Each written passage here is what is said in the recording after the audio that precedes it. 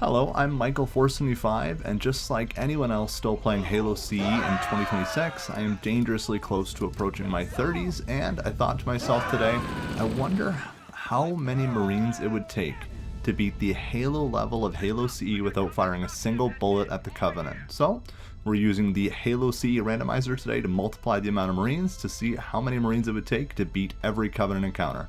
So, without further ado, let's get into the video. Okay, so let's get into it. So on a normal playthrough of this level, we would crash land here, we would walk across the bridge, and then we would see the Banshee and first Covenant encounter. So because we're trying not to shoot in this playthrough, we're actually going to go over to this side rock here, and if we do a well-timed grenade jump, we'll actually skip that spawn. So the dropship and the two Banshees, as well as that first Covenant encounter, will not spawn. Okay, so let's get into it. So this is the 1x multiplier. So we're going to see here in just a sec that this is just the normal standard amount of Marines you would normally play Halo CE with. So I'm getting tuned up here, pretty much like 1 health here. You can see the Marines aren't doing a whole lot. So we'll jump over now to the 4x, where we're going to see a significant amount of Marines, significant amount of crewmen. They were actually to get a few more grunts and a few more of the, they're able to get a few more grunts and red elites and blue elites, and we're going to see they actually get pretty far here compared to the 1x Marines. However, they were not able to survive the first dropship. So we're going to jump over to the 8x. You can see here a lot of Marines here now.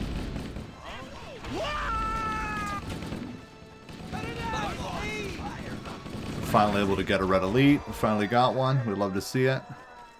There's just too many of them. And with the 8x here, we're able to finally go to that second dropship. So you can see everybody's looking up, everybody's looking for it.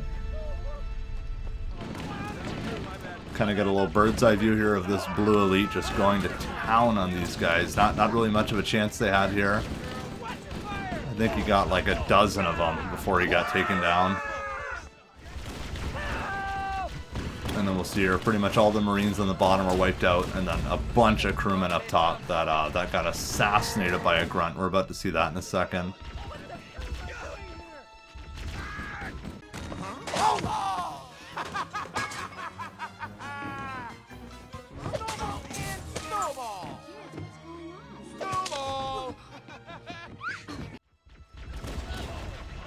I thought that grunt coming up the stairs was hilarious. I made that little clip. That took way too long. YouTube, please do not take this video down. That took so long to make. And now we are here on 16x. So if we take a look here, there is a ton of Marines. There is a ton of crewmen, and 16x was the sweet spot where we were actually able to pretty much finish all the dropships except for the last dropship, where the Marines just could not pull it through. Too many elites. I think 3 elites spawned at the last dropship. We can see on 16x here, even a blue elite is getting hammered here. The red elite's taking some damage. A couple grenades they got kind of lucky with a few grenades here on 16x, but they were able to finish every dropship except the last dropship. You can see here they're kind of getting tuned up still on 16x, but we can see on the minimap we have quite a few guys still left, and then we finally jump over to 32x, and this was an overwhelming amount of Marines and crewmen for the game engine. So you can see here there's actually like almost no Marines actually firing at the enemy here. So this broke I think the aggression of the Marines and the elites and grunts. The Jackals stayed aggressive, but you can see here all these crewmen, all these Marines, and then just 3 grunts chilling. And like 1 or 2 of them might fire at it, but for the most part it broke the aggression on them. So like a handful of them would fight, and then most of them would just kind of stand here and do nothing. But you can see the sheer amount of crewmen here. So with 32, it took like 20 minutes, but eventually they were able to clear all the dropships. Took way too long. This was, honestly, I thought 32 would be the most fun, and this was the most boring. You can see how long it's taken to get that red elite. So we got our Warthog. The next step was to kind of get through without fighting anybody. We didn't kill a single person in the last area.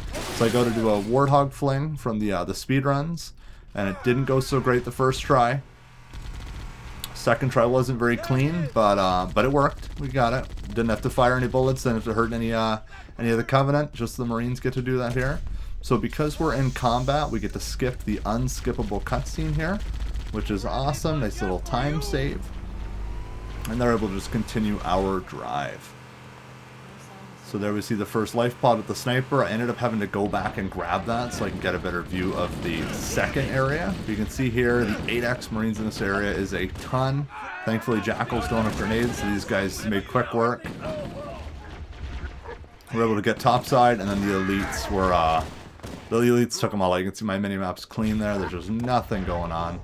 Finally, we get to 16X, and it's again what I thought would be the sweet spot. The 8X Marines got wiped out topside, and the 16X Marines were the exact same thing. You can see they just got decimated here. So because all of the Marines died here, I was able to just kind of go and progress the level. I wasn't going to try 32, just because it breaks the aggression. So with 16X, I was able to go to the next area.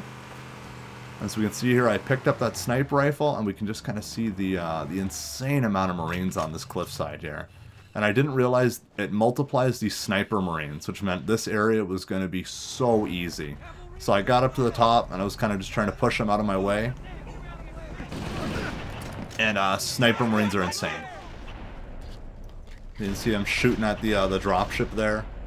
I feel like I'm playing Halo Infinite when you load a Razorback with 5 sniper Marines.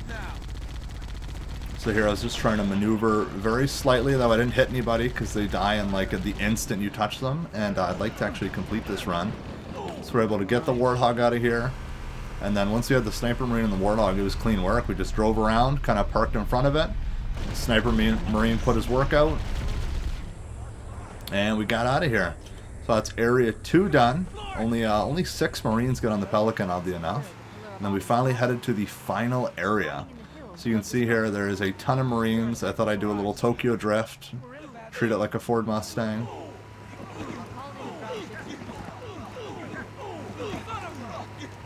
And it took surprisingly long for them to actually start shooting, but once they did, it was like instant.